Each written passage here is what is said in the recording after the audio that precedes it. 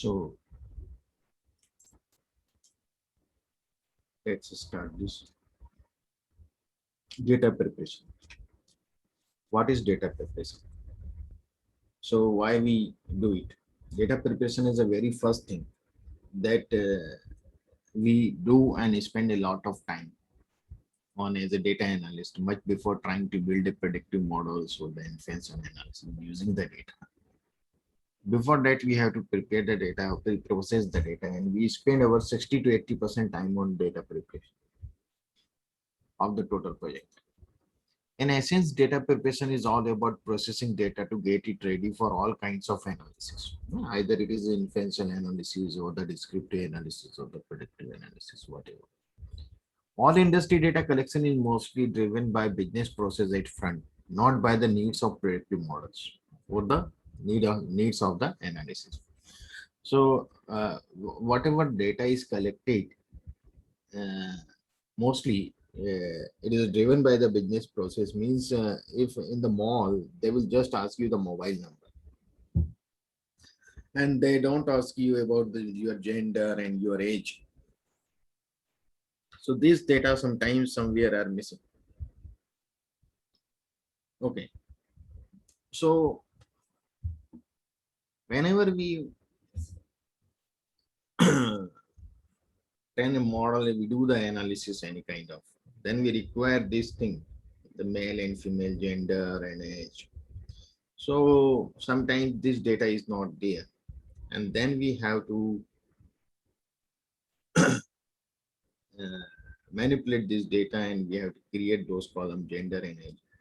Gender, we could easily the purchasing the person who has purchased lipstick and some other uh, like these things which are belongs to women.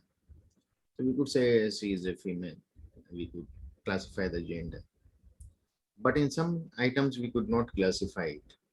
Okay, so and some other things we also do this data preparation.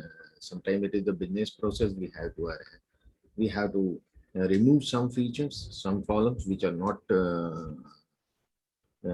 are being used in our analysis, and we have to add some more columns, more features, and we have to debug some features with the help of whatever you have. So these various processes, some other point become reason for introduction of errors, and sometimes you are doing this thing and it may produce some error and here and there in the data. Okay, when you pre-process the data, तो थोड़ा बहुत error आ जाता है इसमें, data में उसका ध्यान रखना पड़ता है. Need of preprocess our data. हमारे डेटा को प्री प्रोसेस करने की क्यों जरूरत पड़ती है? तो there can be many kind of reason, not necessary errors कि भाई एरर ही हो डेटा में इसलिए हम उसको प्री प्रोसेस करेंगे. For which we need to pre-process our data and change it for better. There may be some missing data, missing values in certain features in certain columns. Potentially incorrect data may be there. There may be outliers in the data. Need for changing form of the data. Sometimes we require the changing form of the data. It should be in a row and it should be in a column. And I will explain the changing and this all later on. So handling missing values and outliers, these two always happens in our data. Generally it is being found. So you will figure out that treatment of both missing values and outliers can be at times be very similar. Reason being, both kind of observation are basically not in a state to be used because of missing or misinformation. If it is missing values, so then some pattern, something, the information you are not getting, that is the incomplete. And the missing information, if there are outliers, so that it will mislead you. Okay, so both sort of things we have to give some treatment. So what treatment we could give them, I will explain. Treatment for missing values. So we have three treatment for missing values. One, removing observation with missing values. Okay, we remove the observation if we have the missing values less than 5% of the observation. less than 5% of the observation, then we could remove those observations. It will not impact on our result because it is very less in quantity. We are removing. Okay. One option is this.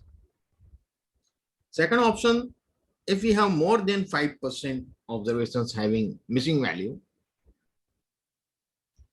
then imputing means filling up those blank cells, missing values, with the central tendencies, mean, median, mode of the respective variables. Suppose there is a column of age and there are few missing values. Then what will you do? You will first you will see the shape of that column, whether it is normal or skew. If it is normal, then you find out the mean of that column and you will fill that mean. Okay, all the blank cells. If it is skewed, you will calculate the median and you will fill the median. If it is categorical, you will find out the mode which occurs more time and you will put that thing in that empty cells. But it is not justice with data. I generally don't like this process, imputing with center tendency. I like the imputing with business logic. What is the reason behind that? The business logic is a different thing. It also see, suppose I just tell you, I will show you one data and we do it. I will just explain you with. Everybody knows the empty cast data. Okay.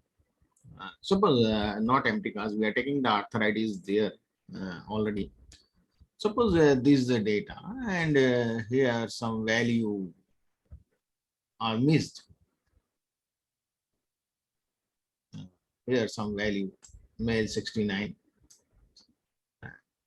Here we could not explain it very okay. Empty cast I will take it. Wait.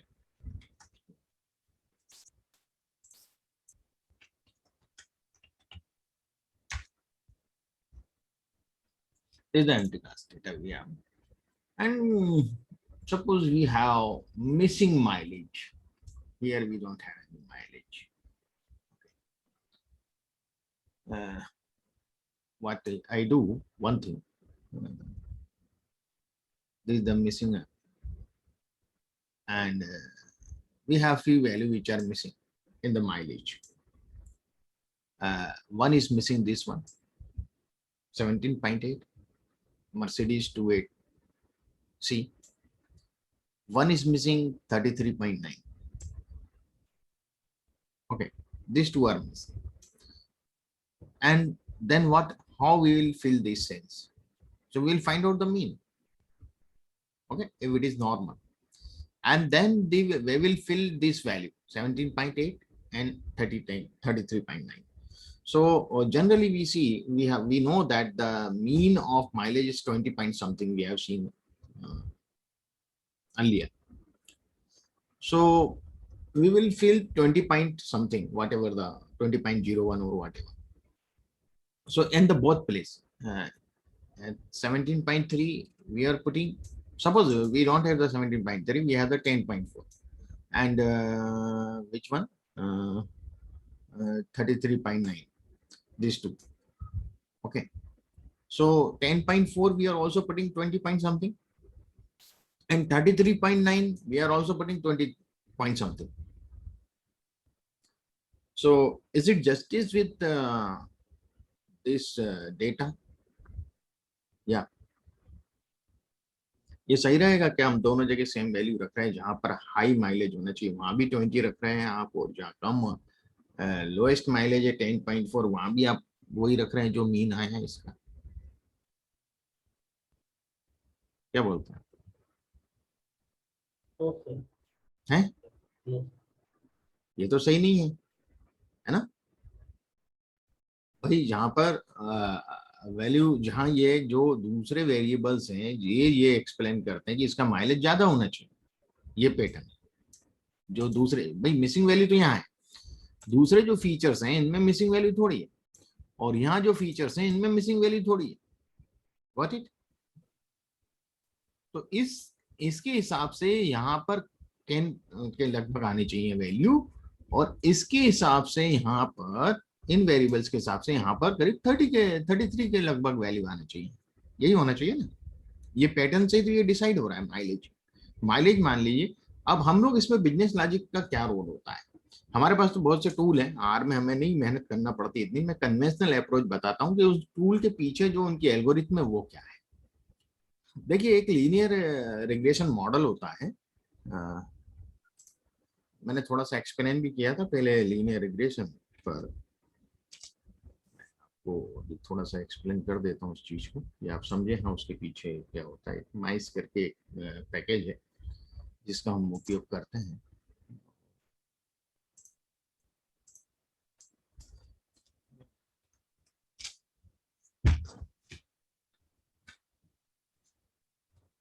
मैं बहुत simple बता रहा हूँ, एक ही algorithm बता रहा हूँ आपको, आप इसलिए समझने की कोशिश करिएगा। Why it is not working.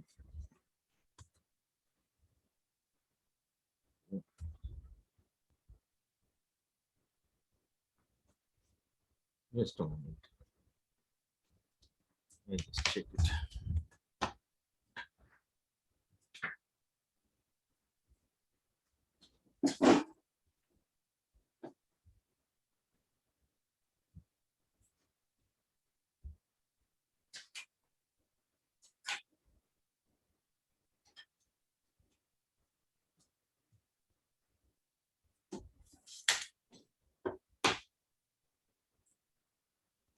Just it's okay.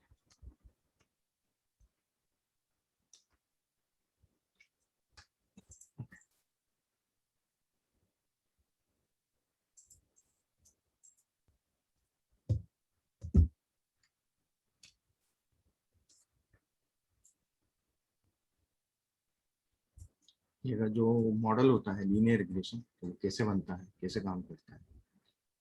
तो जो हमारा माइलेज, वो उसका जो मॉडल जब बनाएंगे, तो जो लीनियर रिग्रेशन होता है वो होता है Y, cap Y, predicted Y, beta zero, it is the intercept, beta one X one, ये मैंने पहले एक्सप्लेन किया था आपको। इस प्रकार से होता है, के वेरिएबल्स हैं हमारे। व्हाट इट, बताएं, ये याद है आपको। नहीं सर। हम्म, ये इनिशियल सेशंस में मैंने आपको एक्सप्लेन किया था कि ये लीनियर रिग्रेशन मॉडल होता है कि बीटा जीरो इंटरसेप्ट होता है, फिर बीटा वन एक्स वन, इसका कॉफिशिएंट हम लोग फाइंड आउट करते हैं, तो ये सब ऑटोमेटिकली हो जाता है आर में। तो माइलेज जो है वो डिपेंड कर रहा है आपका, एक तो इसका इंटरसेप्ट आएगा, जो भी इंटरसेप्ट होगा, है ना। Intercept is the line passing through the Y axis, जहां से वो होती है, प्लस कॉफिशिएंट ऑफ आपका पहला जो वेरिएबल है इसके बाद सिलेंडर, इसका कॉफिशिएंट आएगा बीटा वन, और फिर सिलेंडर, नंबर ऑफ सिलेंडर जो भी होंगे वो आप लिखेंगे, है ना। ये आपको फिल करना है, खाली number of cylinder, beta one तो आपको मिल जाएगा ऑटोमेटिकली, बीटा टू, और फिर जो नेक्स्ट वेरिएबल है वो आ जाएगा, है ना। हाँ, डिस्प्लेसमेंट। इस प्रकार से आपके और वेरिएबल्स होंगे। तो आपको खाली यहाँ पर ये वेरिएबल्स डालना है कि भाई डिस्प्लेसमेंट कितना है ना, हमें फाइंड आउट करना है ये वाली मिसिंग वैल्यू 33.9, ये सेल हमारी ब्लैंक है, हम यहाँ डाल देंगे 4, है ना। X1 की जगह X2 जो है वहाँ हमारा सिलेंडर है, डिस्प्लेसमेंट नंबर 71.1 डाल देंगे, ये सब डाल देंगे। ये सब जो हम फिट करेंगे तो हमें ये वैल्यू प्रोडिक्ट करके देगा वो। ये नहीं बोल रहा कि 33.9 आएगा, है ना। तो अपन चाहे तो एक प्रैक्टिकल करके देख सकते हैं, मैं एक मॉडल सिंपल सा बनाता हूँ आपको खाली समझाने के लिए, फिर अपन, हालांकि इसका यूज नहीं करना है अपन को, एक सिंपल मॉडल बना रहा हूँ मैं, उसको बिना ट्यूनिंग करे, है ना। तो बिना ट्यूनिंग करे मैं एक मॉडल बनाता हूँ।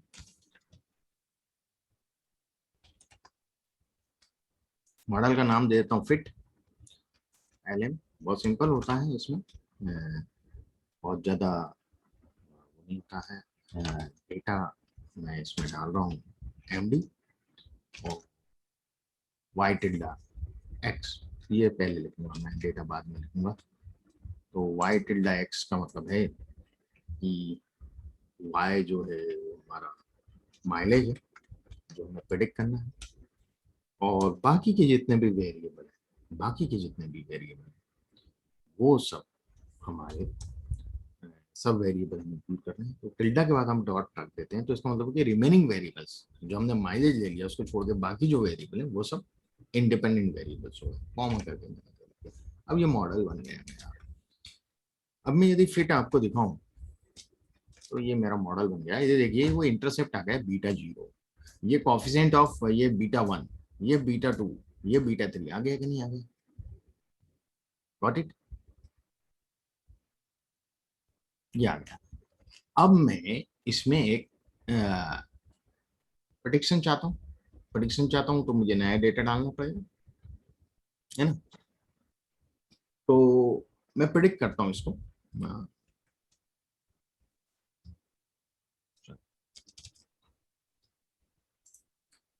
सो मैं टेस्ट ऑब्जेक्ट नेम दे देता हूँ प्रिडिक्ट के लिए, and I use A predict function. My model is fit. इसमें मैं प्रेडिक्ट कर रहा हूँ किसके थ्रू, किस मॉडल में डालूंगा डेटा, और माय न्यू डेटा मैं डाल देता हूँ इसके अंदर। न्यू डेटा जो है वो क्या है? अब न्यू डेटा की जो वैल्यूज है मेरी, वो वैल्यूज हैं, आप देखेंगे कि अपन इसके लिए कर रहे हैं प्रेडिक्ट 33.9 वाले के लिए कर रहे हैं। तो हम इसकी वैल्यू डाल देते हैं 417.1 और 71.1, 47 कहा है, हाँ 471.1, 4,71.1 कॉमा, और देन 65 4.22, 65 4.22, ओके। और आगे क्या है?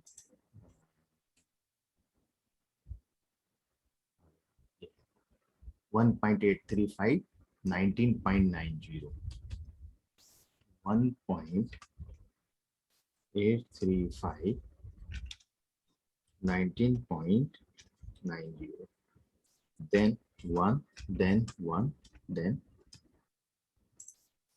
sorry, then 1, then 1, 4 1, okay, 4 1. Now I see data must be data frame. Okay, it is a data frame basically. It should be in a data frame. New data हमने vector लिया है।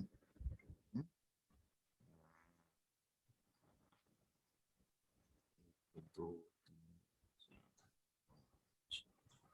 चार, पाँच, छः, सात, आठ, नौ, 10, 10 तो है, सही तो है।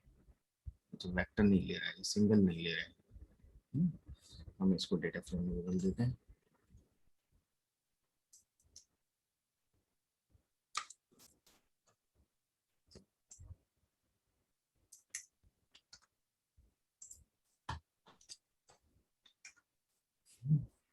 मैं इसको यहाँ रन करता हूँ, न्यू डेटा का नाम चाहिए था, NW लिख देता हूँ, नया डेटा फ्रेम का नाम।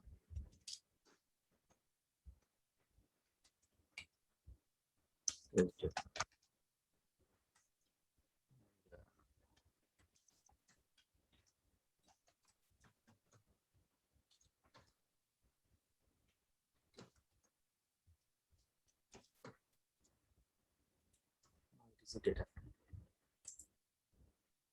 डेटा,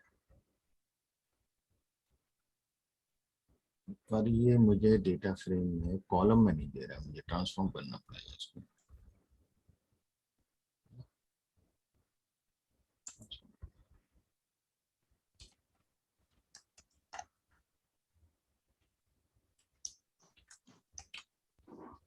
एक्चुअली हम लोग ऐसा करते नहीं, प्रैक्टिकली अलग तरीका होता है।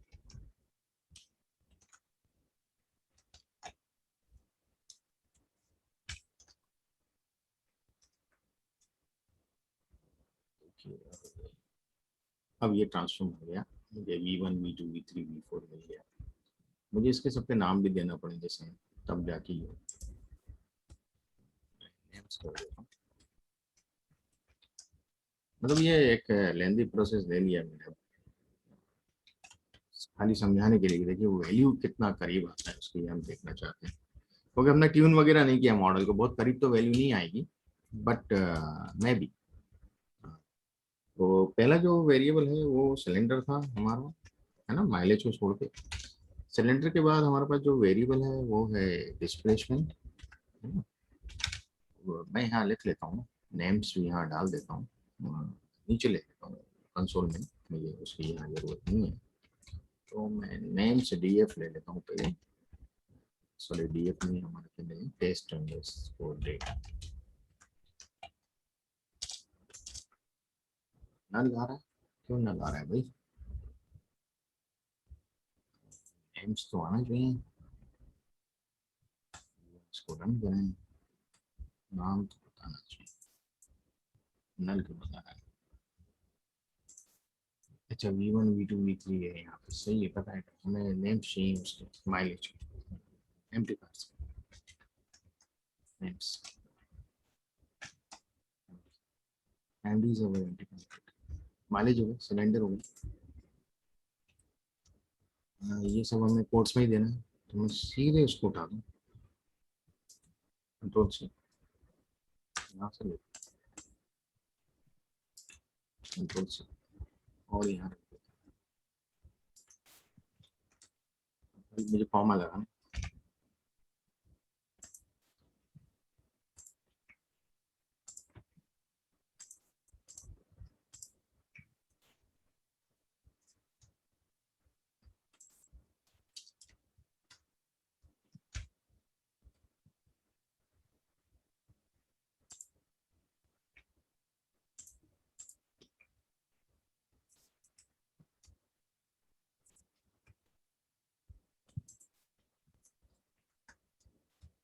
ये हो गया।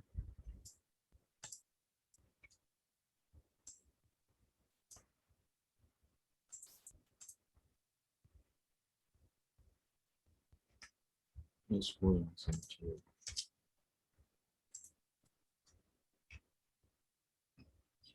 अब मैं नेम दे दिया हूँ उसको। आप देखिएगा टेस्ट डेटा व्हाट्सएप में नाम हो जाना चाहिए, दुनिया।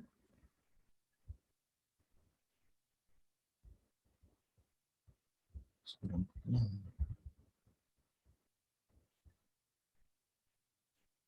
अच्छा, नो हो रहा है, माइलेज का भी देनी, माइलेज है क्या, टेस्ट डेटा नहीं है। नहीं, 1 2 3 4 5 6 7 8 10, test underscore data, test underscore data, cylinder 1 2 3 4 5 6 7 8 10।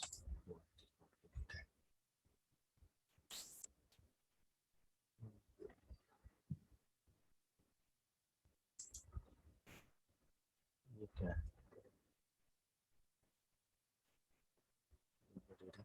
List.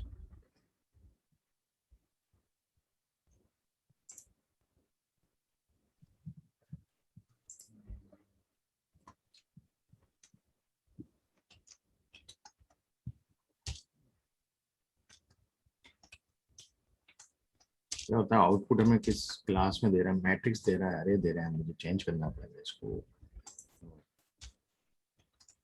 Data frame नहीं है ना वो। ये बहुत ध्यान रखना पड़ता है इन चीज़ों का इसमें, तो फिर से इस डॉट डेटा फ्रेम करना पड़ेगा मुझे। ये मैं इसलिए बता रहा हूँ, डेटा प्रोसेस में ये सब चीज़ें होती हैं, क्या हमारे को डेटा का आउटपुट क्या मिल रहा है, और वो फिर आपको शो नहीं करेगा। यहाँ देखिए, अब दे रहा है 1 ऑब्जर्वेशन 10 वेरिएबल्स, ये है हमारा डेटा फ्रेम। अब इस डेटा फ्रेम मैंने यहाँ ध्यान नहीं दिया था, वन मैट्रिक्स और लिस्ट फॉर्मेट में लिखा हुआ था। अब मैं इसको रन करता हूँ। अब मैंने जब रन किया तो आप देखिएगा, अब सब नाम चेंज हो गए हैं। डेटा फ्रेम नहीं होगा तो नाम चेंज नहीं करता हो, है ना। अब मेरे पास सब कुछ है, अब मैं प्रिडिक्ट कर सकता हूँ। तो अब जो प्रिडिक्ट का मेरा फंक्शन है वो ये है, और यहाँ मैं रखूंगा टेस्ट अंडरस्कोर डेटा, है ना, टेस्ट अंडरस्कोर डेटा, ये मेरा न्यू डेटा है। तो मैं न्यू डेटा भी लिख देता हूँ, जो कि इसका, जस्ट मोमेंट, मैं इसको पहले लिख करता हूँ न्यू डेटा, और न्यू डेटा में मैं डाल देता हूँ जो नया डेटा है टेस्ट अंडरस्कोर डेटा, और मैं ये रन कर, हो गया। अब मैं बताता हूँ वो वैल्यू क्या आएगी मेरे पास। तो यहाँ भी वैल्यू आपको दिख जाएगी 29.5 आई है, ये प्रेडिक्ट किया उसने। व्हाट इट आया समझ में? प्रोसेस पे मत जाइए, खाली अपन को ये समझना है कि जो बिजनेस लॉजिक मैंने लगाया, एक लीनियर रिग्रेशन मॉडल लगाया, और उसके द्वारा जब मैंने वैल्यू निकाली, तो वो वैल्यू मेरे मीन से काफी अलग है। मेरा मीन आ रहा था माइलेज का 20 पॉइंट समथिंग, कि जो मैं हर सेल में रखता, पर यहाँ पर जितनी भी सेल में वैल्यू रखूंगा वो अलग अलग होंगी। व्हाट इट, यहाँ जो एमडी में जो 33.9 था, इसकी जगह मेरा जो प्रिडिक्शन आया है वो 2951 आया है। मतलब यहाँ यदि ब्लैंक सेल होती तो मैं, मेरा बिजनेस लॉजिक क्या रखेगा यहाँ पे 29, जो कि इसके काफी करीब है। बट इट मैंने ट्यून नहीं किया है। If I tune the model I will get the more perfect value. Okay, समझ में आया? हाँ जी बोलिए, आप लोग बोल नहीं रहे। सर आपका नंबर मेरे नंबर से डिफरेंट कैसे है? क्योंकि आप मैंने सेम वेरिएबल्स लिए हैं। आपका नंबर अलग आ रहा है। हम्म, एक बार फिर से दिखाएंगे सर टेस्ट डेटा जो आपने लिया। देखिए,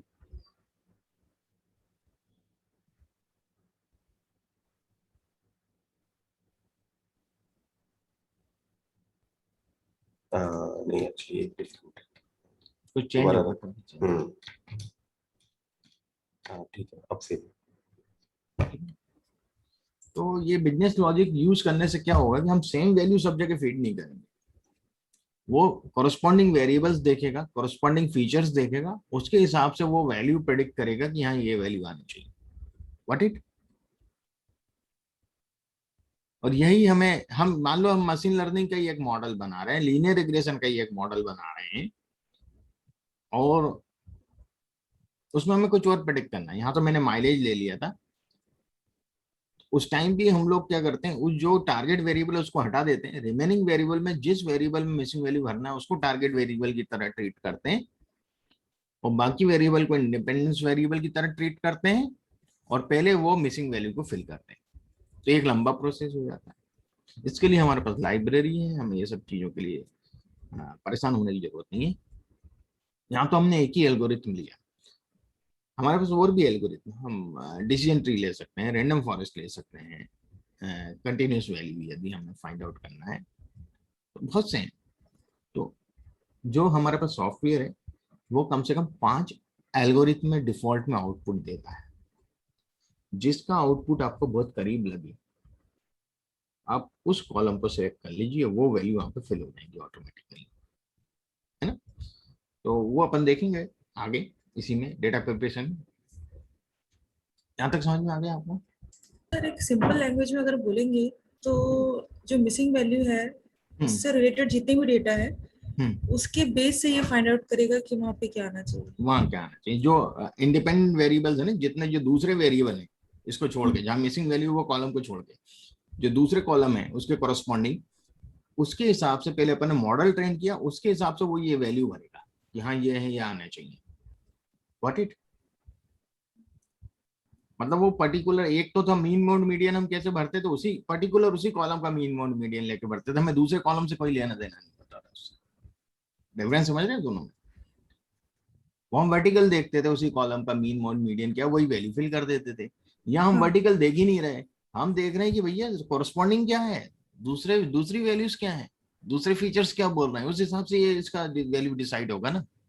इफ इट इज कोरिलेटेड तभी तो उस डेटा सेट में उसका कहीं ना कहीं रिलेशन है।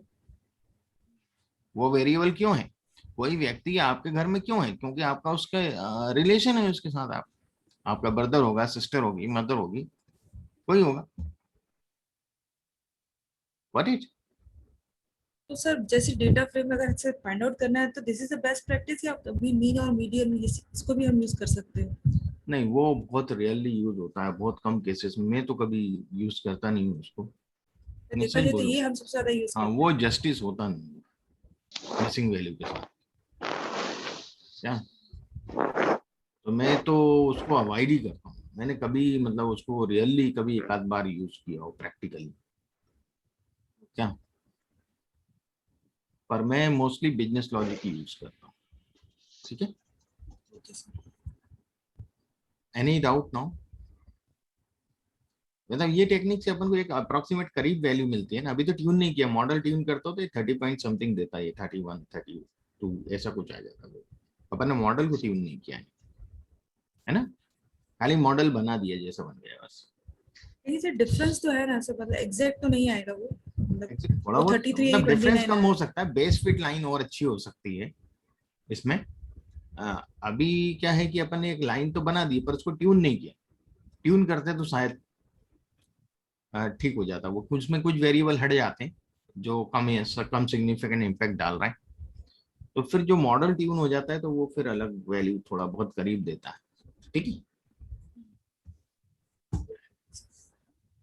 यहाँ तक समझ में आ गया आप लोगों को कि ये क्यों हम यस। लोग जो थर्ड प्रोसेस है, अभी तो अपन थ्योरी चल रहा है, प्रैक्टिकल नहीं है।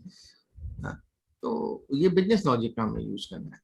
अब ये तो हो गई मिसिंग वैल्यू की बात। यदि 5% से कम में मिसिंग वैल्यू ऑब्जर्वेशन में टोटल 5% नहीं, जो ऑब्जर्वेशन है, मान लीजिए आपके पास 1000 रो है, 1000 ऑब्जर्वेशन है, और उसमें 40 ऑब्जर्वेशन में मिसिंग वैल्यू है जो कि 5% से कम है, तो आप चाहें तो उन ऑब्जर्वेशन को हटा, है ना, रिमूव कर। कैसे रिमूव किया जाता है वो सब अभी प्रैक्टिकल में बाद में देखेंगे। आज अपन खाली थ्योरी कंसेप्ट को समझ रहे हैं, है ना। यदि 5% से ज्यादा में, मान लो कि आपके पास डेटा बहुत कम है, आपके पास डेटा ही 80 ऑब्जर्वेशन का है, 80 में से 4-5 में आपका मिसिंग वैल्यू है, 4 में, तो 5% ही हुआ। पर वो 4 को हटाना भी आपका डेटा कम हो सकता है, तो फिर तो आप कुछ ना कुछ वहां इम्प्यूट करेंगे, है ना। और इम्प्यूटिंग एक टेक्निक है कि वही मीन के द्वारा, और दूसरा टेक्निक है बिजनेस लॉजिक के द्वारा। ठीक है?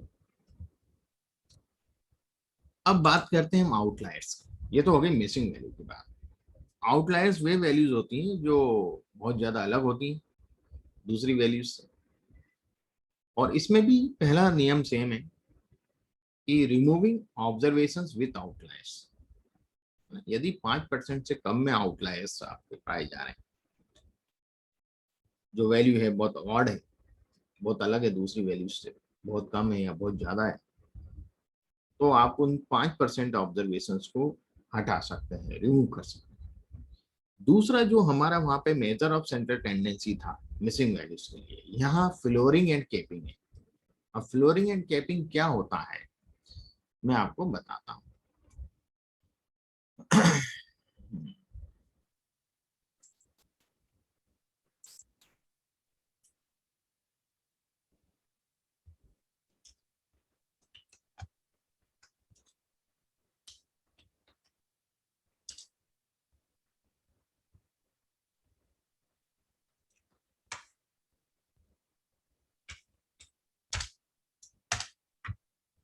यहाँ तो आउटलायर नहीं, और कुछ देखते हैं।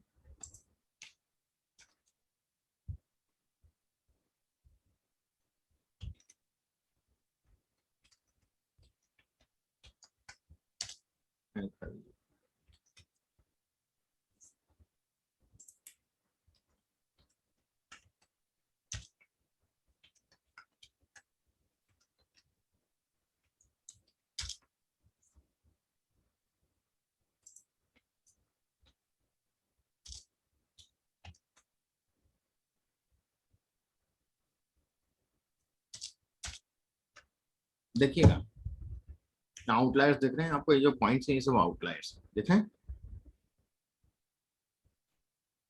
Got it? हाँ जी, Yes, sir.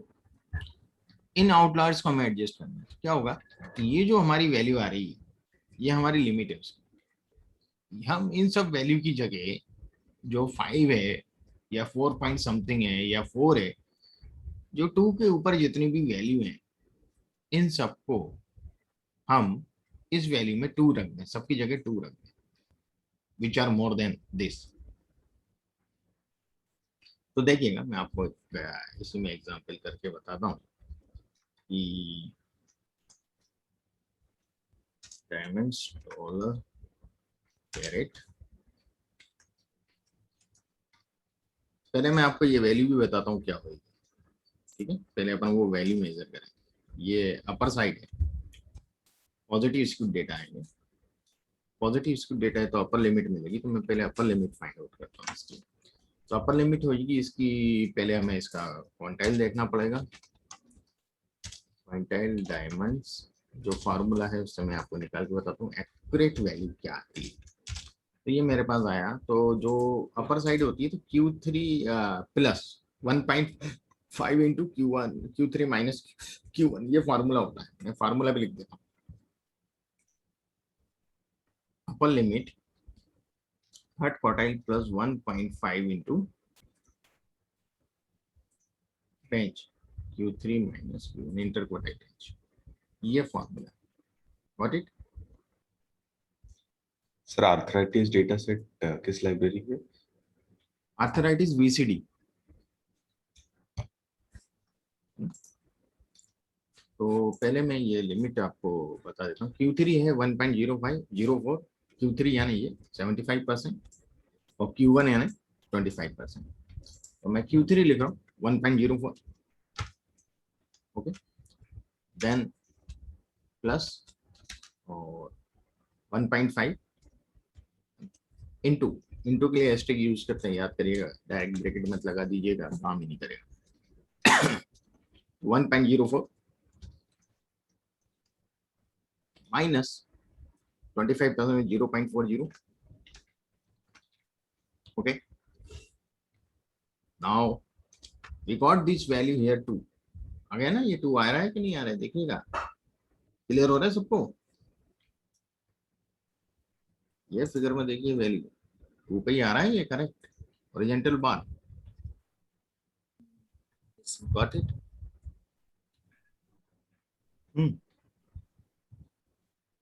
मतलब ये जो लिमिट दे रहा है बॉक्स प्लॉट में, ये भी वही लिमिट आ रही है जो हमने मैन्युअली निकाली है। आ रहा है वही वैल्यू 2। हाँ भाई, कुछ बोलते नहीं आपको। एक बार कोड दिखाइए पीछे का। देखिएगा, मैं यूएल रन करके बता देता हूँ। यूएल वहां मैंने उधर देख लिया था, ग्लोबल एनवायरनमेंट में 2 आ रहा है। आ रहा है 2, यहाँ देखिए, देख रहे हैं आप? यहाँ मैंने प्रिंट भी कर दिया उसको। तो ये हमारा लिमिट है। अब जो भी वैल्यू इस 2 से ज्यादा है वो सब आउटलायर्स। What it? हाँ भाई, सर सर 21 पे क्वेश्चन है, ये नंबर्स कहाँ से आए? आपने क्या किया है? ये क्वार्टाइल जो निकाला नंबर, है। हाँ, ये मैंने क्वांटाइल निकाले पहले। हम्म, क्वांटाइल होता है minimum value, first quartile, median, third quartile और मैक्सिमम वैल्यू। ये 4 चीजें देता है, देखिएगा ये दे रहा है। right, 0% is the minimum value in that column, 25% is the value of first quartile. What it?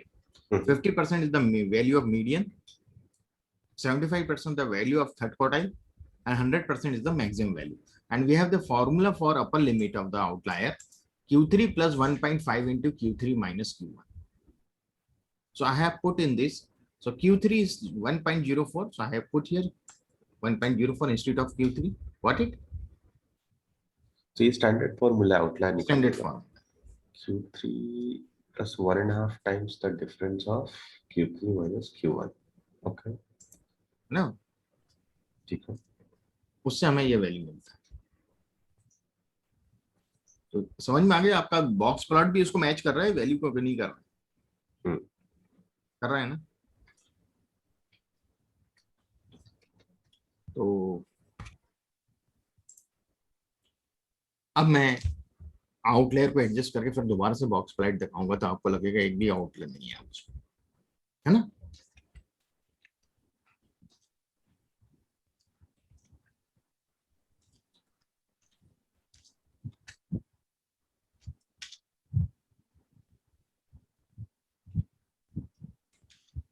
To हमारा लिमिट आया, अपर लिमिट, जो भी वैल्यू 2 से ज्यादा है वो सब क्या हो जाए, 2 हो जाए, है ना। और बाकी वैल्यू का क्या हो, बाकी वैल्यू वही रहे जो है।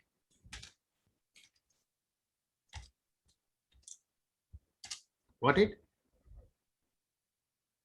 ये मैं पहले भी फंक्शन बता चुका हूँ, इफ एल्स वाला। अभी अपन आएंगे इस फंक्शन को डिटेल में देखेंगे, ठीक है। मैं इसको रन करता हूँ और अब मैं आपको वापस इसका बॉक्स प्लॉट बना के बताता हूँ क्या हुआ। आउटलायर गायब हो गई, ओके। हमने 2 से रिप्लेस कर दिया उसको। हाँ रिप्लेस कर दिया तुमसे। व्हाट इट, तो इस तरह से हम लोग आउटलायर्स को रिप्लेस कर देते हैं, है ना। ये अपना इफ एल्स वाले स्टेटमेंट से अभी अपन पढ़ेंगे, इफ एल्स को बहुत डिटेल में पढ़ने वाले हैं। और अभी पहले आपको बेसिक आज तो कंसेप्ट है तो वो बता रहा हूँ, थ्योरी क्लियर हो गया आपको जी। वो लोग कहाँ हैं, सो गए लगता है सब। हाँ नहीं सर, भाई जागे हुए हैं। जागे हुए हैं। हाँ सेलू का भी आवाज नहीं आया, कोई क्वेश्चन नहीं आया है। 2-3 लोग जो क्वेश्चन पूछते हैं, ये लग रहा है आज सब डल है। चलिए यहाँ तक समझ में आ गया भाई, कोई दिक्कत तो नहीं है। अभी तो थ्योरी समझ रहे, प्रैक्टिकल करेंगे, बहुत सीखने को मिलेगा। ये भी लंबा चैप्टर है, बहुत जल्दी खत्म नहीं छोड़ने वाला, कम से कम 8-10 सेशन ले जाएगा, हाँ सर, समझ में आ रहा है थोड़ा थोड़ा। है ना। अभी अपन चीजों को समझे, हाँ कैसे क्या करते हैं डेटा प्रिपरेशन। मैंने बताया ना 60 से 80% टाइम हम इसमें स्पेंड करते हैं वाई एनालिसिस का। टोटल प्रोजेक्ट का जो टाइम होता है, मान लीजिए 6 महीने का कोई प्रोजेक्ट मैंने लिया, तो 4 महीने तो मेरे को डेटा प्री प्रोसेसिंग में ही जाएगा, 4 से 5 महीने। वो 1 महीने में मेरा फाइनल काम हो जाता है, ठीक है। तो ये एक बहुत लेंदी चैप्टर है, इसमें बहुत से कॉम्प्लिकेशंस होते हैं। अभी जैसे कल मेरे पास एक आया है, लेबनान से डेटा सेट आया था हाडी का, है ना। आपने देखा होगा जब बाहर मैंने खोला था तो वही डेटा सेट पड़ा हुआ था। तो वो लोग परेशान है कि वो 2 डेटा सेट हैं वर्ल्ड WHO के या वर्ल्ड बैंक के, वर्ल्ड बैंक के डेटा सेट है वो। और वो दोनों डेटा सेट में कुछ वैल्यूज हैं, जो वैल्यूज के डिफरेंस देखना है कि उनमें क्या डिफरेंस आ रहे हैं, और उसमें कोई भी यूनिक की नहीं है उनके पास। क्या होता है, जैसे अपन ने जब मर्जिंग ऑफ डेटा देखा था ना पहले, तो जब इनर ज्वाइन करे थे आउटर ज्वाइन किए थे, याद आया आप लोगों को सब, यस सर। है ना। तो उसमें क्या था कि हमें एक यूनिक की चाहिए, जो पड़ती थी ना, कि जो हर एक जो अलग हो, जैसे कि कस्टमर आईडी, है ना, वैसे कोई भी यूनिक की नहीं है। और दोनों की वैल्यूज जो हैं कोरस्पॉन्डिंग जो वैल्यूज, और वो डेटा भी ऐसा नहीं कि पहला पहले से मैच हो रहा हो, ऐसा भी नहीं। वो हमें मतलब उसको पहचानना बड़ा मुश्किल है कि कौन सा कहाँ पे किस रो में कौन सा मैच हो रहा है, पहले डेटा का फर्स्ट रो दूसरे के कहाँ रेच मैच हो रहा है, वी डोंट। उसमें एक इंडिकेटर करके कॉलम है, पर वो भी यूनिक वैल्यूज नहीं, और भी बहुत से कॉलम। तो अभी उस पर मैं काम कर रहा हूँ कि कुछ कॉलम के कॉम्बिनेशन से मुझे एक यूनिक की एंड की कॉलम मैं बना पाऊँ, कुछ कॉलम को मिक्स करके पेस्ट करके, और मैं एक यूनिक इंडिकेटर बना पाऊँ उसके लिए। तो अभी मैं देख रहा हूँ उसका डेटा सेट में, बड़ा डेटा सेट है, वो बिग डेटा पे काम है। तो उन्होंने मुझे तो अभी टेस्ट के लिए कि भाई इसके एल्गोरिथम के लिए मुझे सीट भेज दी है, उसमें भी करीब काफ़ी 4-4 हज़ार, एक में 7 हज़ार, एक में 4 हज़ार ऑब्जर्वेशन। तो इस तरह से कुछ ना वो प्री प्रोसेसिंग वाला काम, तो वहाँ कई लोग उलझ जाते हैं। तो उन्होंने कई लोगों को भेजा, मुझे भी भेजा कि सर आप देखें, आप कर सकते हैं। तो ठीक है, मैं देखता हूँ। हो जाता है मुझसे। Okay. प्रोसेसिंग मतलब बहुत कॉम्प्लेक्स होता है कई बार। क्या आ जाए, ये तो अपन जो सीख रहे हैं ये तो जनरल चीजें अपन सीख ही रहे हैं, इसके अलावा भी बहुत कुछ प्री प्रोसेसिंग में हमारे बहुत लॉजिक लगाना पड़ता है, अपना दिमाग खर्च करना पड़ता है, तब हम डेटा को कई बार प्री प्रोसेस कर पाते हैं। अब needs of changing form of data, data की फॉर्म को क्यों चेंज करते हैं, है ना। देखिएगा कि अभी ये जो मॉडल था हमारा एम्प्टी कार्स का जो हमने बनाया था, इसमें कुछ वेरिएबल्स जैसे नंबर ऑफ सिलेंडर है, न्यूमरिक है, नंबर ऑफ गियर्स हैं, मान लो इसमें कोई कैटेगरिकल वेरिएबल होता है, मान लो हम आर्थराइटिस डेटा सेट की बात करें तो वहाँ कैटेगरिकल वेरिएबल जा रहा है ना। और हम मान लो हम एक न्यूमरिक वेरिएबल है एज, एज को हम प्रेडिक्ट करना चाहते हैं बाकी वेरिएबल के द्वारा, तो बाकी तो सब कैटेगरिकल है ना। एक वेरिएबल उसके अंदर है आपका ट्रीटमेंट प्लेसिबो एंड, है ना, एक तो ट्रीटमेंट है, और ट्रीटमेंट दो तरह के थे, प्लेसिबो और ट्रीटेड, ट्रीटेड, है ना, ट्रीटेड, ये दो प्रकार के। एक था जेंडर, मेल एंड फीमेल, जो सेक्स वेरिएबल नाम रखा, मेल एंड फीमेल। और एक था इम्प्रूव्ड, है ना, उसमें था नन, सम एंड मार्क, ना, तीन कैटेगरी थी। तो अब जब कैटेगरिकल है, जब भी हम लीनियर रिग्रेशन मॉडल बनाते हैं तो ये सब हमें न्यूमरिक चाहिए, यहाँ तो न्यूमरिक नहीं है, कैटेगरिकल है। एम्प्टी कास्ट में तो सब न्यूमरिक थे, तो हमें कुछ प्री प्रोसेस नहीं करना पड़ा। यहाँ पर हमें क्या करना पड़ेगा, डमी वेरिएबल्स बनाना, क्या बोलते हैं हम इसको, डमी वेरिएबल्स। जितने भी कैटेगरिकल वेरिएबल्स हैं उनके लिए डमी वेरिएबल्स, तो डमी वेरिएबल जो मैक्सिमम बनते हैं k-1, k is the number of category, two category है तो इसके लिए एक डमी वेरिएबल बनेगा, इसके लिए भी एक बनेगा, इसके लिए दो बनेंगे, 3 है ना, 3-1, 2 डमी वेरिएबल्स। तो पहले ट्रीटमेंट का मैं डमी वेरिएबल बनाता हूँ, तो मैं इसको ट्रीट अंडर स्कोर या तो प्लेसिबो ले सकता हूँ या ट्रीटेड ले सकता हूँ, तो मैं प्लेसिबो ले लेता हूँ, ये वेरिएबल बना रहा हूँ। तो अब ये डमी वेरिएबल बन गया, दो नहीं बनाऊंगा मैं, k-1 है, एक ही बनाऊंगा।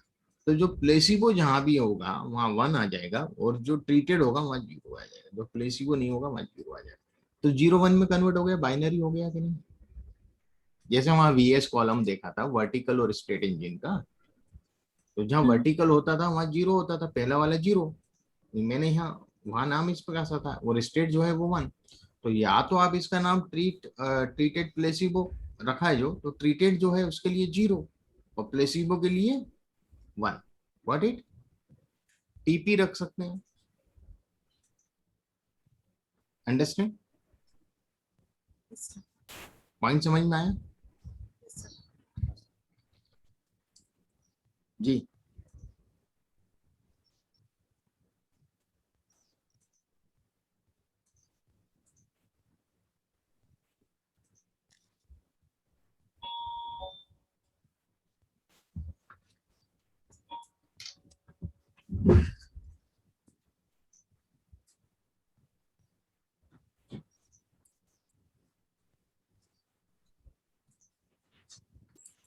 हम्म, हाँ जी, क्लियर हुआ कि नहीं। हाँ जरूर।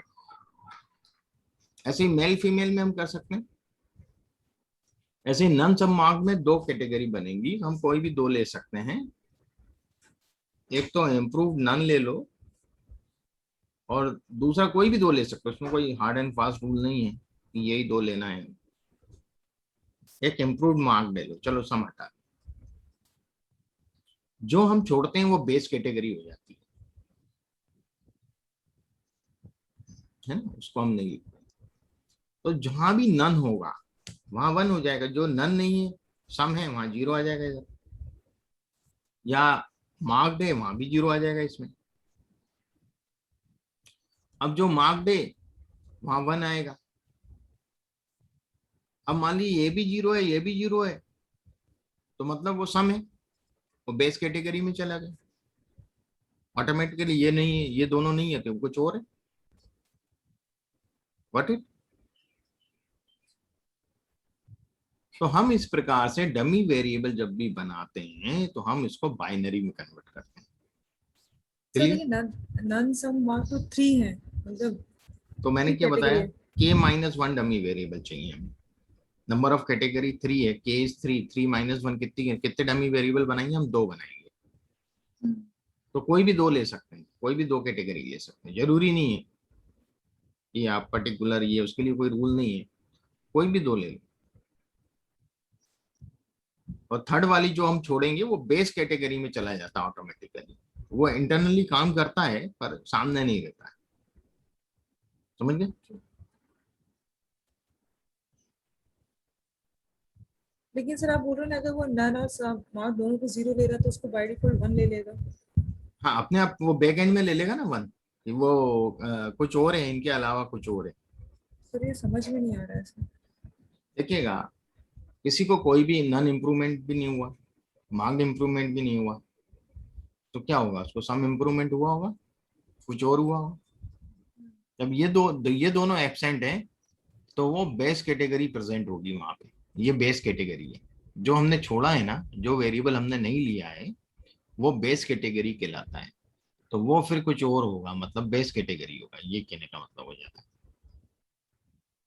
मैं आपको इसका बता। इसका मतलब वो डिस्प्ले तो 0 1 कर रहा है, लेकिन डेटा उसको वैसे ही ट्रीट कर रहा है कि वो सम, मतलब उसने हाँ नन और मार्क को 0 लिया हुआ है और हाँ, उसको 1 लिया हुआ है। मान लीजिए आप एक कॉलेज का कुछ काम कर रहे हैं और एक कॉलम है आपका यूनिवर्सिटीज, है ना, लोग जो डेटा भर रहे हैं आपके गूगल फॉर्म पे भरवा रहे हैं।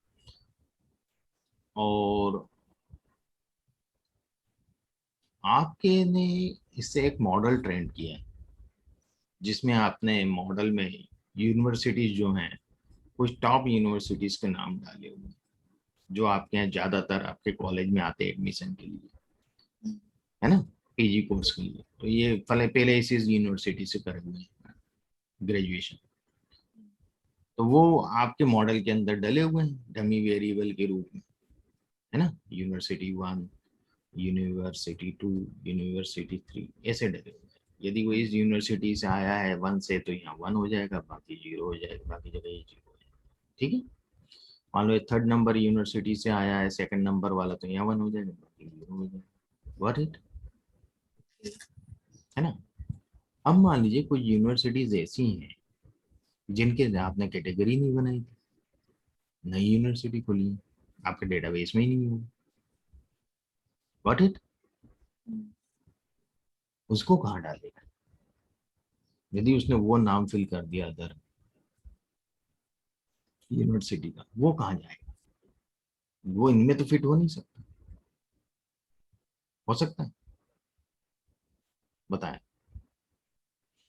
इसलिए k-1 लेते हैं कि इनके अलावा जो हमारे पास हैं, इनके अलावा कुछ होगा तो ये डिनाई नहीं करेगा हमारा मॉडल, वो ले लेगा कि हाँ इसके अलावा कुछ हो रहे।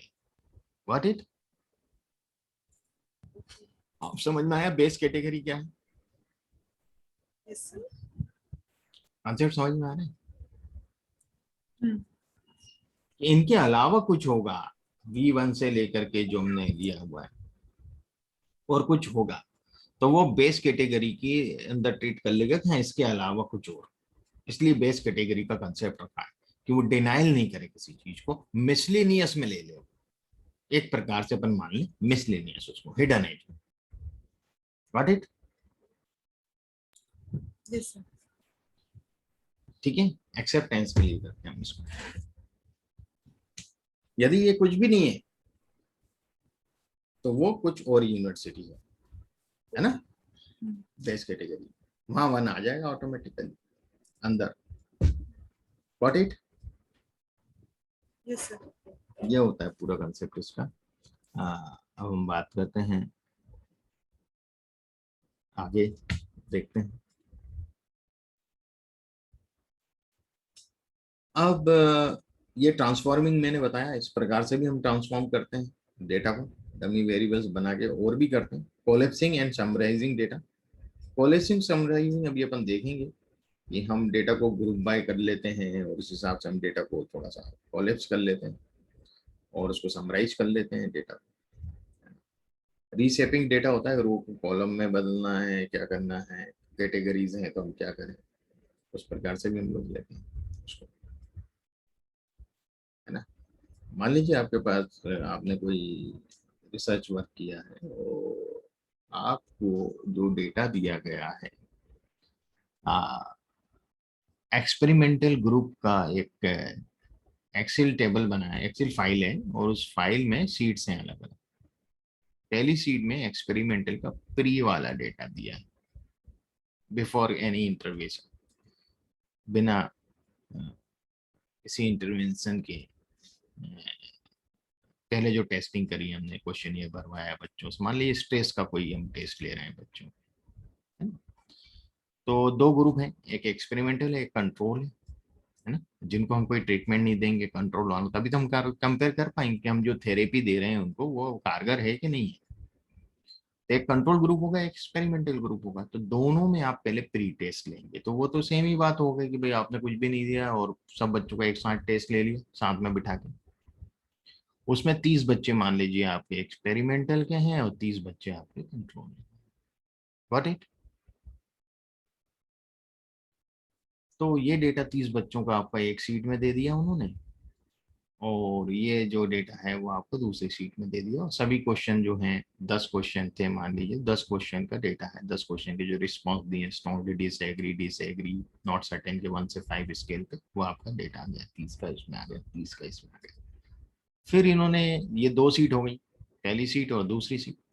तीसरी सीट ही ली है इन्होंने एक्सपेरिमेंटल पोस्ट, जब इन्होंने इंटरवेंशन दिया 1 महीने 2 महीने 3 महीने, कोई उनको थेरेपी दी, कोई काउंसलिंग करी, उसके बाद उन्होंने फिर वो टेस्ट लिया, सेम टेस्ट कंडक्ट किया, तो वो एक्सपेरिमेंटल पोस्ट टेस्ट कहलाया, तो उसकी एक सीट दे दी उन्होंने आपको।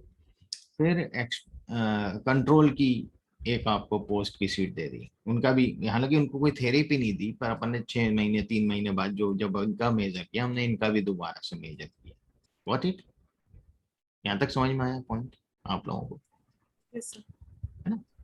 अब ये सब सीटें मुझे अलग दी हैं, ये सीट 1 है एक्सेल में, ये सीट 2 है, ये सीट 3 है, और ये सीट 4 है। मैं इन सीट्स को अलग अलग रीड करके आर में मैं इसका एनालिसिस नहीं कर सकता हूँ, है ना। हर सीट में क्या है, आपका आईडी है, स्टूडेंट्स का नाम है, फिर उसका जेंडर है, उसकी एज होगी, फिर उसके बाद वो 10 क्वेश्चन होंगे आपके, ये सब में। क्लियर। तो मैं क्या करूंगा, एक्सपेरिमेंटल प्री और एक्सपेरिमेंटल पोस्ट, क्योंकि क्वेश्चन तो वही 10 हैं सेम, तो रिस्पॉन्स अलग अलग है, तो मैं क्या करूंगा, रिस्पोंडेंट्स का कॉलम एक ही बनाऊंगा। मेरे पास 60 रिस्पोंडेंट हैं, 30 कंट्रोल के और 30 एक्सपेरिमेंटल के, है ना। तो 1 से लेके 60 रिस्पोंडेंट मेरे पास आ गए, एक मैं मास्टर सीट बना रहा हूँ। फिर इसके बाद इनके जेंडर आ गए, नाम हम लोग नहीं यूज करते जनरली, तो नेम में लिख नहीं रहा हूँ, चाहे आप नेम रहने दें, यूज नहीं करेंगे, तो नेम आ जाएगा एक कॉलम, है ना। मैं नेम लिख देता हूँ इसके लिए, नेम आ गया, फिर जेंडर आ गया, फिर एज आ गया, और फिर आइटम्स आ गए, और 10 आइटम जो हमारे, आइटम 1 to आइटम 10।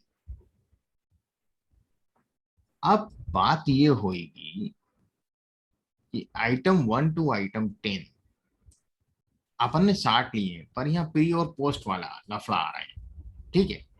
तो यहाँ एक कॉलम हमें और क्रिएट करना पड़ेगा और मर्ज करना पड़ेगा, क्योंकि इसमें 30 तो एक्सपेरिमेंटल है, 30 कंट्रोल है, तो एक कॉलम आएगा ग्रुप का, क्या आएगा, ग्रुप का कॉलम आएगा। तो ये मैं यहाँ एक छोटा सा बना रहा हूँ, ये ग्रुप्स बताएगा। तो इसमें 2 ग्रुप्स होंगे, मान लीजिए फर्स्ट 30 जो हैं वो आपके कंट्रोल ग्रुप के हैं, तो आप कंट्रोल लिख देंगे उनमें सब में सामने, और यहाँ आप एक्सपेरिमेंटल लिख देंगे। ये कॉलम आपने मर्ज किया अलग से, बाकी तो कॉलम वही है। अब यहाँ तो आपका बाइफरकेट हो गया कि एक्सपेरिमेंटल और कंट्रोल 30-30 हो गए, है ना। पर ये आइटम जो है ये प्री पोस्ट है, तो आप क्या लिखेंगे, pre item 1, pre item 2, pre item 10। इसके बाद आएगा पोस्ट आइटम 1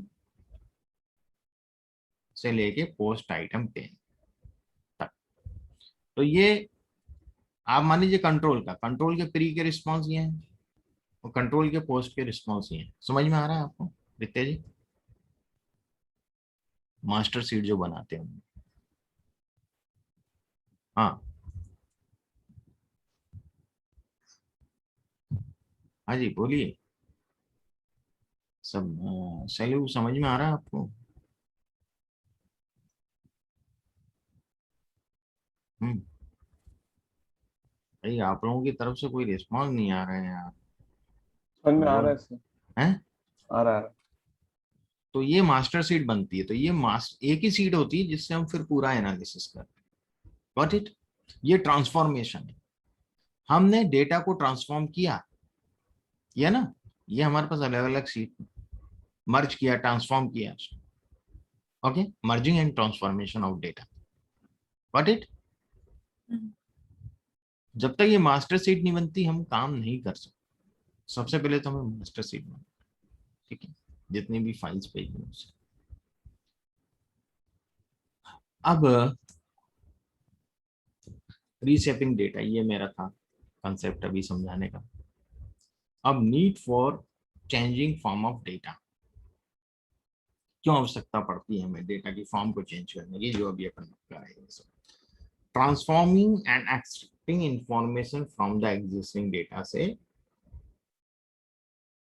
उसको फॉर्म जो चेंज करना है, transforming extracting information from existing data से, तो एक्सट्रैक्ट करना है inform. Collapsing and summarising data, हमने देखेंगे कि वहाँ हमने डेटा को कंट्रोल और एक नया कॉलम बनाया, इधर रोज हमने बढ़ाए, प्री की अलग पोस्ट की अलग दी हैं, है ना, एंड रीशेपिंग डेटा, यही सब चीजें हैं। अब डेटा प्रिपरेशन विथ आर के साथ जब भी हम डेटा प्रिपेयर करते हैं और डीप लायर की मेथड से करते हैं ज्यादातर, तो बेसिक डेटा मैनिपुलेशन क्या होते हैं। डेटा मैनिपुलेट का मतलब 2 प्रकार का डेटा मैनिपुलेशन होता है। एक डेटा मैनिपुलेशन होता है साइंटिफिक और एक डेटा मैनिपुलेशन होता है अनसाइंटिफिक। जब हम आउटलायर एडजस्ट कर रहे होते हैं, जब हम मिसिंग वैल्यू फिल कर रहे होते हैं, तो वो साइंटिफिक डेटा मैनिपुलेशन है। हम अपनी मर्जी से कुछ वैल्यू रख दें वहां, बिना कोई साइंटिफिक मेथड यूज किए, बिना कोई टेक्निक यूज किए, तो वो अनसाइंटिफिक मैनिपुलेशन हो जाता है। ठीक है, तो यहाँ हम बात का यहाँ मतलब जो है मैनिपुलेशन का, वो साइंटिफिक मैनिपुलेशन है। तो data manipulation is the process of changing data in an effort to make it easier to read और भी मोर हो गए। तो मैनिपुलेशन में बहुत सी चीजें आती हैं, तो मिसिंग वैल्यू आती है, डेटा की रीशेपिंग भी आती है। तो हम उस डेटा को इस प्रकार से अरेंज करें कि हमें उसको पढ़ने में आसानी हो जाए, एनालिसिस के टाइम रीड करने में। इसलिए हम वो एक मास्टर सीट बनाते हैं कि हमें वो आसान हो जाता है करने में। ठीक है, अब कुछ रिजर्व वर्ड्स हैं आर में, हमें उसका मतलब समझना चाहिए कि जब आप कुछ कैलकुलेशन करेंगे तो आपको कहीं एन तो सबको मालूम है कि मिसिंग वैल्यू के लिए यूज होता है यहाँ पे, जबकि पाइथन में नेन यूज होता है, एन नॉट ए नंबर, है ना, नल वैल्यू के लिए। और आर में नल वैल्यू के लिए अलग से दिया है एन, पाइथन में एन नहीं होता, पाइथन में एन होता है ना। तो यहाँ अलग मीनिंग है। NA stands for not available and it used to represent missing values. Null represents the absence of a value or an undefined value. यदि कोई चीज है ही नहीं, कोई कॉलम है ही नहीं, अपन कॉलम को जब हटाते हैं तो नल यूज करते हैं कि नहीं करते हैं। तो कहीं पे यदि किसी रो में किसी सेल में नल लिखा हुआ आ रहा है तो वो रिप्रेजेंट करता है कि एब्सेंस ऑफ वैल्यू, वहां कोई वैल्यू नहीं और अनडिफाइंड वैल्यू है। है ना, absence of value and undefined value. Infinite, यदि आपने किसी भी नंबर को 0 से डिवाइड किया तो क्या मिलेगा आपको? इनफिनाइट मिलेगा, चाहे वो 1 को करो या 5 को। मैंने यहाँ ये लिखा, when 1 is divided by 0, when any number is divided by 0 you will get the infinite, so you will get INF there, है ना। इनफिनाइट का सिंबल नहीं मिलेगा आर में आपको, वो लेटा हुआ हिट वो नहीं मिलेगा आपको, वहाँ इन्फ लिखा हुआ दिखेगा। तो आप समझ जाइएगा कि यहाँ कहीं कैलकुलेशन में 0 से डिवाइड हुआ है, नहीं, नॉट ए नंबर। यदि हम किसी भी नंबर को 0 से 0 को डिवाइड करें, इन्फिनाइट को इन्फिनाइट से डिवाइड करें, 0 को इन्फिनाइट से डिवाइड करें, तो हमें एक नॉट ए नंबर मिलता है, वो नंबर नहीं होगा, है ना, वो नंबर नहीं होगा, वो डिफाइन नहीं हो सकता। तो ये चीजें हैं, कुछ टर्म्स है जो हमें कैलकुलेशन में कई बार किसी सेल में देखने को मिलती है। अब data quality, cleaning up data. Cleaning up data में सबसे पहले तो मिसिंग वैल्यूज हैं, फिर डुप्लीकेट रोज को हम लोग हटाते हैं, फिर कॉलम को फॉर्मेट करते हैं, जैसे कि डमी वेरिएबल जो भी है, ये ध्यान रखना पड़ता है। Data manipulation made intuitive dplyr, it works only with data. Dplyr जो है वो डेटा फ्रेम के साथ ही काम करता है, बाकी चीजों के साथ काम नहीं करता, मैट्रिक्स के साथ काम नहीं करेगा, वेक्टर के साथ काम नहीं करेगा, डेटा फ्रेम चाहिए उसको, ठीक है। The pipe operator percent greater than percent जो है, इसका मतलब होता है देन एंड देन पाइप, ठीक है। ये मैं आपको बताऊंगा सब चीजें डिटेल बाद में, अभी तो अपन खाली थ्योरी कंसेप्ट देख रहे हैं। सो यदि आप यहाँ देखें, it is called a data carpentry. Data processing जो है वो डेटा कारपेंट्री है। ऐसा है कि जो कारपेंटर होता है वो आजकल तो सब मशीनों से होने लगा, पहले वो ऐसा नहीं है कि आपको 1.5 फीट का पाया चाहिए, किसी टेबल का लेग चाहिए, तो 1.5 फीट की लकड़ी वो पेड़ की काट के लाएगा और फिर उस पर रंदा चलाएगा, ये करेगा नहीं। पहले वो उस जो पेड़ से कटी हुई लकड़ी है उसको छीलेगा, फिर उसके अंदर उसको आपके जितने साइज का चाहिए, आपका जो स्क्वायर शेप में चाहिए, रेक्टेंगुलर शेप में चाहिए, वो लेग जो है टेबल का, उस हिसाब से उसको पहले वो काटेगा वर्टिकल, फिर उस पे उसको रंदा वगैरह जो लगाने का बोलते हैं वो करेगा। और वो लकड़ी का लेंथ कुछ भी हो सकता है, अभी वो 3 फीट आपको चाहिए, 1.5 फीट, अभी वो लेंथ होगा 2.5 फीट 2 फीट, जो भी होगा लेंथ से उसे कोई मतलब, वो सबसे लास्ट में काटेगा वो, सब कुछ प्रोसेस करने के बाद, यहाँ ये साइज चाहिए मुझे, खत्म ना। तो ये चीजें हैं, तो यही डेटा कारपेंट्री है कि good data scientist understand in a deep way that the heavy lifting of clean up and preparation is not something. यदि हम बहुत ज़्यादा टाइम लगा रहे हैं डेटा को क्लीन अप करने में, प्रिपेयर करने में, तो ये कोई गलत बात नहीं, that gets in the way of solving the problem. कि ये एक तरीका है किसी भी प्रॉब्लम को सॉल्व करने, so it's not something that gets in the way of solving the problem, it is the problem. यदि आपने ये नहीं किया तो ये आपके लिए प्रॉब्लम हो सकती है। आप जब डेटा पे मॉडलिंग कर रहे होंगे, फिर आप वहाँ थोड़ी बीच बीच में डेटा पे पेश होंगे, आपको जो कुछ करना है पहले ही कर लेना। वहां तो आपको, नहीं तो आप मॉडल बना रहे हैं, यार ये चीज गड़बड़ा रही है, फिर अब इस डेटा को जाके ठीक करूं, अब ये गड़बड़ा रही है, इस डेटा को जाके ठीक करूं, ये नहीं, पहले डेटा प्रोसेसिंग फिर उसके बाद। तो ये मेन उद्देश्य है।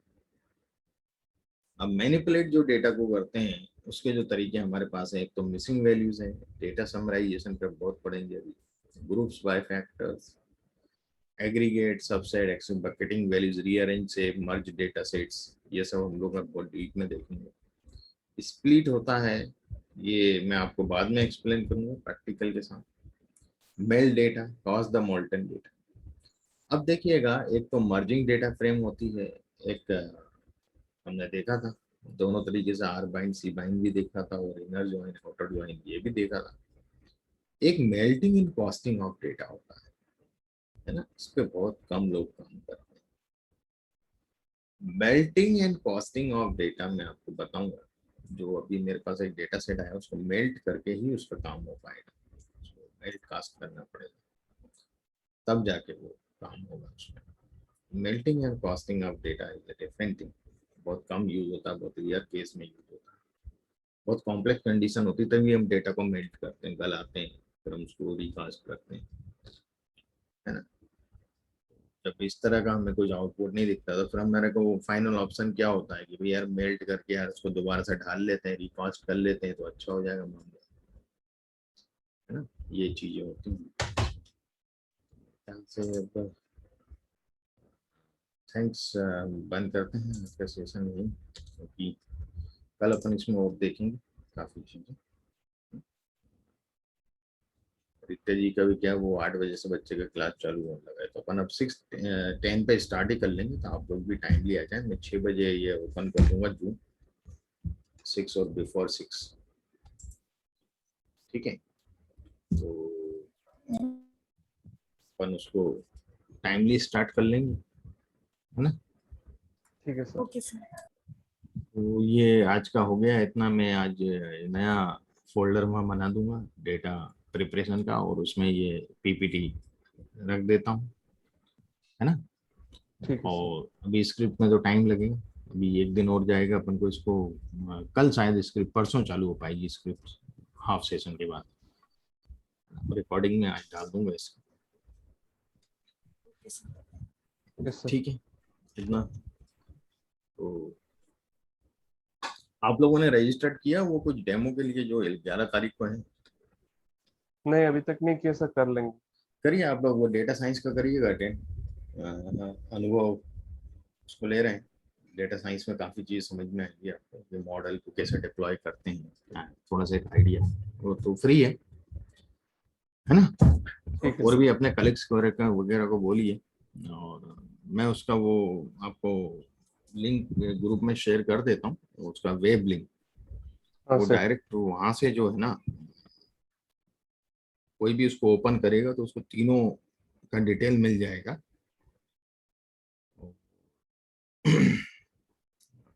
एक सेकेंड में करता हूँ उसमें।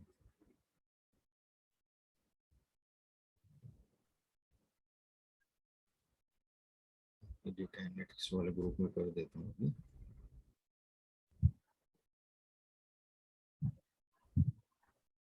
ये मैंने डाल दिया, free workshop data analytics and data science करके, मेलचिप। तो आप इस पर क्लिक करेंगे व्हाट्सएप पे तो वो पेज अपने आप ओपन हो जाएगा क्रोम में, और वहाँ 3 वर्कशॉप है। तो चाहें तो तीनों पर वो करें रजिस्टर।